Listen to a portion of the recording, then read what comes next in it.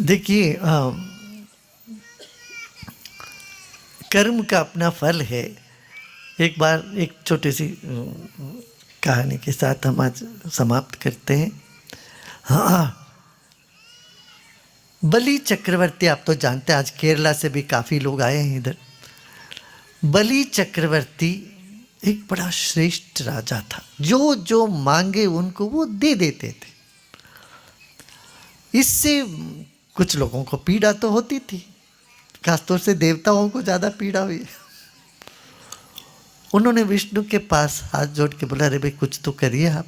तो आपको पता है कहानी, त्रिविक्रम बन के उन्होंने आसमान ज़मीन सब नाप लिया। और इस बीच में इनको समझ में आया, अरे भाई देने वाला मैं कौन हूँ, दे दें तो वही भगवान मेरे सिर पे हाथ रख, मेरे सिर पर पाँव रखो। तो भगवान उनके सिर पर पाँव रखे, उनको पाताल भेज दिए। पाताल भेज दिए तो सही, फिर उनका वर भी उन्होंने कहा कि मैं अपनी प्रजा को देखने साल में एक बार आ जाता हूँ। हाँ, 15 दिन के लिए आप आ जाओ हर साल। तो आज भी ओणम तिरुवोणम करके, ओणम उनके लिए वो त्योहार है। तो एक बार नारद मुनि नीचे पाताल लोक गए, वहाँ वामन द्वारपाल बन के खड़े, बलि चक्रवर्ती के द्वारपाल का सेवा दे रहे थे। वो बोले, अरे भगवान आपका यहाँ क्या कर रहे हो? तो भगवान ने बोला, अरे मैं 3 कदम जमीन इनसे मांग लिया, अब इनकी मैं सेवा कर रहा हूँ। इनसे मैंने ले लिया 3 कदम, अभी मैं इनके लिए ऋणी हो गया हूँ, तो इनका सेवा मैं कर रहा हूँ।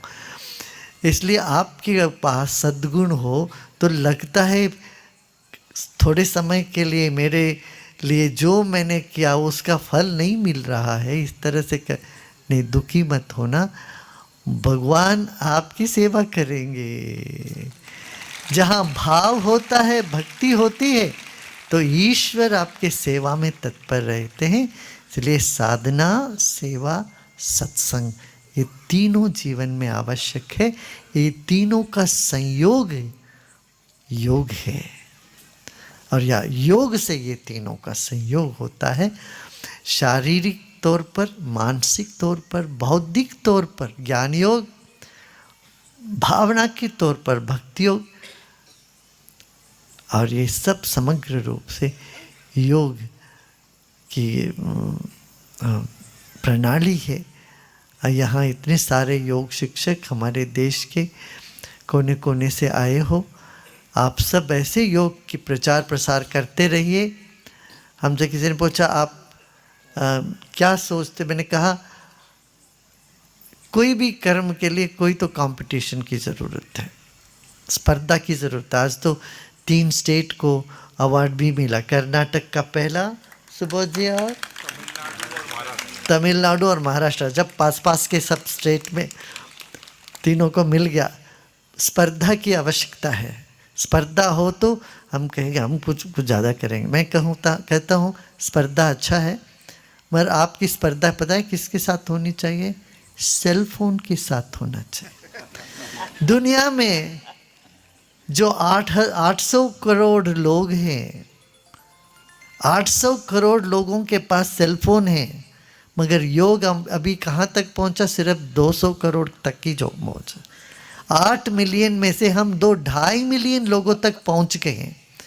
अब हमको इसको चौगुना करना है, सेलफोन से हमें कॉम्पीट करना, जो सेलफोन भी नहीं जानता वहाँ तक हमें पहुँचना है। ताकि सेलफोन स्वास्थ्य बिगाड़ सकता है, मगर योग उनको स्वास्थ्य प्रदान करता है। इस बात को आप लोग रखिए। आपस में, योगियों के आपस में कोई स्पर्धा नहीं होनी चाहिए। योगी और अयोगी के बीच में स्पर्धा होनी चाहिए, और जीतोगे योगी ही। इसमें ये भी सुनिश्चित है, योग हमें योग्य बना देता है जीवन के लिए, समाज के लिए, अपने लिए और परमात्मा के लिए। बस इतना ही आज। ओम शांति शांति शांति।